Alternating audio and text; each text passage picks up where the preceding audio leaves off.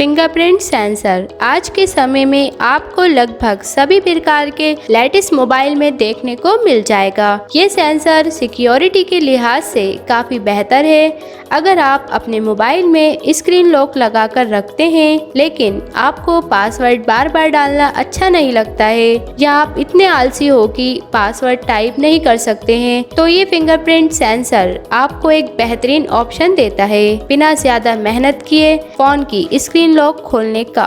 Fingerprint technology आज से भी कई सालों पहले से इस्तेमाल हो रही है, लेकिन पहले जब आप अपना अंगूठा किसी कागज पर लगाते थे तो उसको मैच करने के लिए कुछ एक्सपर्ट की टीम होती थी जो कि लेबोरेटरी में ले जाकर बड़ी ही बारीकी से फिंगरप्रिंट को मैच करती थी, जिसमें कि काफी समय लग जाता था। लेकिन आज इंसान के काम करने का अंदाज बदल गया है। टेक्नोलॉजी ने बहुत सी मुश्किल और टाइम कंज्यूमिंग चीजों को आसान बना दिया है। आज के समय में आप फिंगरप्रिंट को आसानी से डिजिटल स्कैनर की मदद से मैच करवा लेते हैं और इसमें टाइम भी कुछ ही सेकंड का लगता है। इसका सबसे ज्यादा फायदा सिक्योरिटी को बढ़ाने में हुआ है। तो चलिए अब फिंगरप्रिंट के बारे में डिटेल से आपको बताते हैं कि फिंगरप्रिंट क्या है और ये कैसे काम करता है और ये कितने तरह का है और इसका फायदा क्या है। फिंगरप्रिंट सेंसर क्या होता है? आज के समय में आपने सभी फोन में तरह तरह के फिंगरप्रिंट सेंसर को अलग अलग जगहों पर लगा हुआ देखा होगा,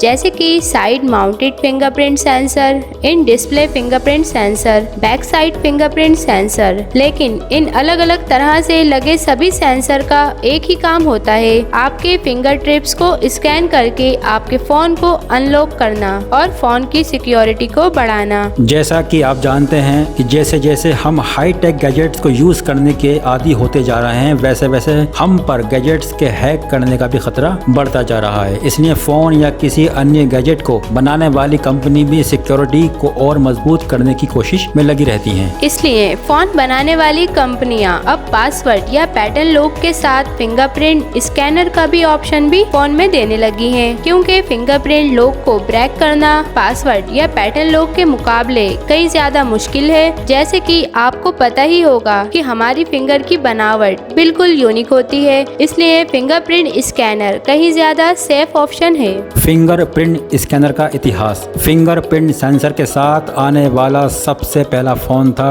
GI100 जो कि 2004 में लॉन्च हुआ था, पर यह फोन उतना पॉपुलर नहीं हुआ था क्योंकि ये उस टाइम की लेटेस्ट टेक्नोलॉजी थी, पर बहुत ही स्लो काम करती थी, इसलिए लोगों ने इसे ज्यादा पसंद नहीं किया। इसके बाद 2007 में तोशिबा वह कंपनी थी जिसने अपने दो फीचर फोन तोशिबा G500 और G900 को फिंगरप्रिंट स्कैनर के साथ मार्केट में लेकर आई। ये दोनों फोन्स बहुत पॉपुलर हुए। इसके बाद HTC ने भी P6500 को फिंगरप्रिंट सेंसर के साथ मार्केट में लॉन्च किया। एप्पल फोन बात करें तो iPhone 5s पहला एप्पल फोन था जिसमें फिंगरप्रिंट स्कैनर का यूज किया गया था। एप्पल ने टच आईडी नाम दिया। अगर हम इन डिस्प्ले फिंगरप्रिंट सेंसर की बात करें तो अल्ट्रासोनिक फिंगरप्रिंट सेंसर का यूज करने वाला सबसे पहला फोन था सैमसंग गैलेक्सी 710 और 710 प्लस, और इन डिस्प्ले ऑप्टिकल सेंसर को यूज करने वाला पहला फोन था Vivo X20 प्लस। आजकल फिंगरप्रिंट स्कैनर का यूज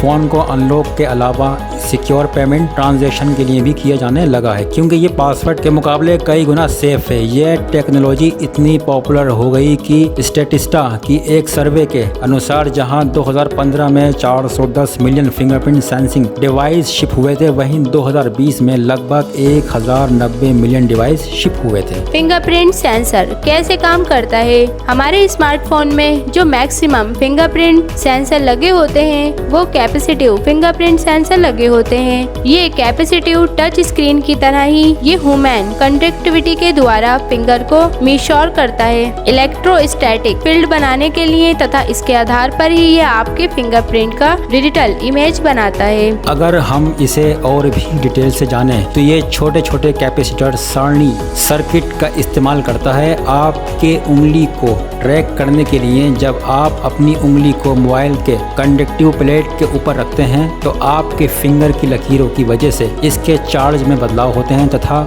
जो भी एरिया आपकी उंगली की लकीरों की वजह से इस पर टच नहीं हो पाता वहाँ किसी तरह के चार्ज में बदलाव नहीं होता है। और ये जानकारी को एम्पलीफायर इंटीग्रेटर सर्किट ट्रैक करता है और इसको एनालॉग टू डिजिटल कन्वर्टर के द्वारा रिकॉर्ड किया जाता है और इस डाटे को एनालाइज और स्टोर किया जाता है। इस फिंगरप्रिंट टेक्नोलॉजी को बाईपास करना बहुत मुश्किल है क्योंकि ये कैपेसिटर की मदद से आपके फिंगरप्रिंट की इमेज बनाता है। इसके साथ ही ये जितना सुरक्षित है उतना ही महंगा भी है और जैसे जैसे हम डिजिटल इरा में एंटर कर रहे हैं वैसे वैसे हमारी डिजिटल सिक्योरिटी पर भी खतरा बढ़ता ही जा रहा है और फिंगरप्रिंट सेंसर हमारी सिक्योरिटी को कुछ हद तक अधिक प्रोटेक्ट करने में काबिल हुए हैं। ऑप्टिकल सेंसर, ऑप्टिकल स्कैनर्स आजकल के मोबाइल फोन्स में बहुत कम यूज किया जाता है क्योंकि ये इतना ज्यादा भरोसेमंद नहीं है। ऑप्टिकल सेंसर जैसे कि नाम से ही पता चलता है कि इसमें फिंगरप्रिंट को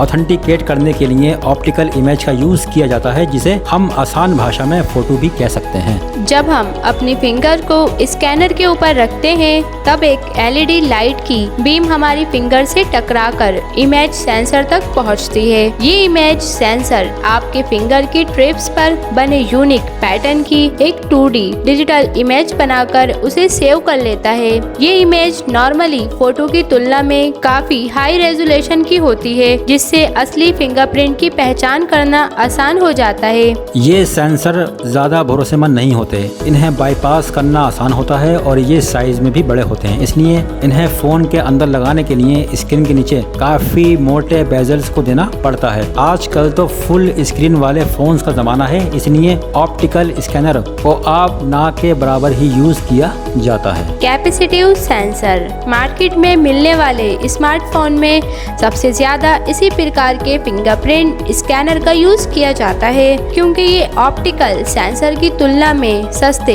और भरोसेमंद होते हैं। इसमें कैपेसिटर नाम एक इलेक्ट्रिकल डिवाइस लगा होता है जो कि आपके फिंगर के यूनिक पैटर्न को इलेक्ट्रिकल सिग्नल के रूप में स्टोर करता है। चलिए इसकी वर्किंग को आसान भाषा में समझते हैं। इस प्रकार के स्कैनर के नीचे बहुत सारे छोटे छोटे कैपेसिटर एक इलेक्ट्रिकल सर्किट में लगे होते हैं। जब आप अपनी फिंगर को इस स्कैनर पर रखते हैं तब इन कैपेसिटर से इलेक्ट्रिकल सिग्नल ट्रांसमिट होते हैं जो कि आपकी फिंगर के यूनिक पैटर्न पर बनी लाइंस और लाइंस के बीच के गैप से टकराकर वापस लौटते हैं। पर अब इन सिग्नल की इंटेंसिटी में डिफरेंस आ जाता है क्योंकि फिंगर पैटर्न के लाइंस के बीच में जो एयर गैप होता है उससे टकराकर सिग्नल को वापस लौटने में कुछ ज्यादा समय लगता है। कैपेसिटर की चार्ज में आए इस डिफरेंस को OP-AMP ऑप्टिकल एम्पलीफायर की मदद से मापा जाता है और एक एनालॉग टू डिजिटल कन्वर्टर की मदद से रिकॉर्ड किया जाता है। ये सारी प्रक्रिया इतनी तेजी से होती है कि इसमें सब कुछ मिलीसेकंड का टाइम ही लगता है।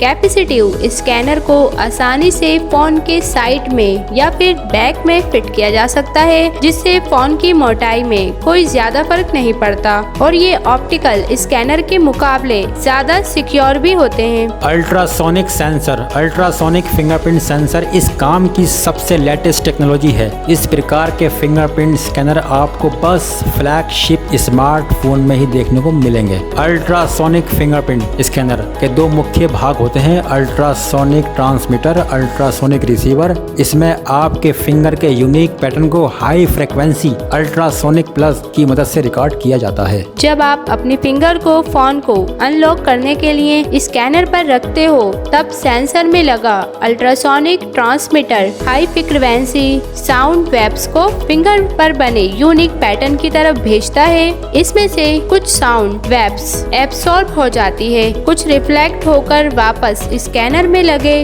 अल्ट्रासोनिक रिसीवर द्वारा कैप्चर कर ली जाती है और अल्ट्रासोनिक साउंड वेव्स की इंटेंसिटी में आए चेंज को माप लिया जाता है। इसके साथ साथ सेंसर ये भी मापता है कि आपने फिंगर को कितनी देर तक सेंसर पे रखा और कितनी ताकत से स्कैनर को दबाया। ये सारी डिटेल्स की मदद से फोन में लगा सॉफ्टवेयर आपके फिंगर की एक 3D इमेज तैयार करता है और उसे फोन में स्टोर कर लेता है। ये 3D इमेज ऑप्टिकल स्कैनर के द्वारा ली गई 2D इमेज के मुकाबले कई ज्यादा डिटेल होती है और सिक्योर होती है। इस प्रकार के फिंगरप्रिंट सेंसर साइज में बहुत छोटे होते हैं, जैसे कि Qualcomm का second generation 3D sonic sensor मात्रा में 2 mm का होता है। इसे फोन के डिस्प्ले के पीछे भी लगाना बहुत ही इजी होता है, यहाँ तक कि ये तब भी काम कर सकता है जब आपके हाथ पर ग्रीस लगा हो, गीला हो या ऑयल लगा हो। क्या फोन का फिंगरप्रिंट स्कैनर सेफ होता है? जी हाँ,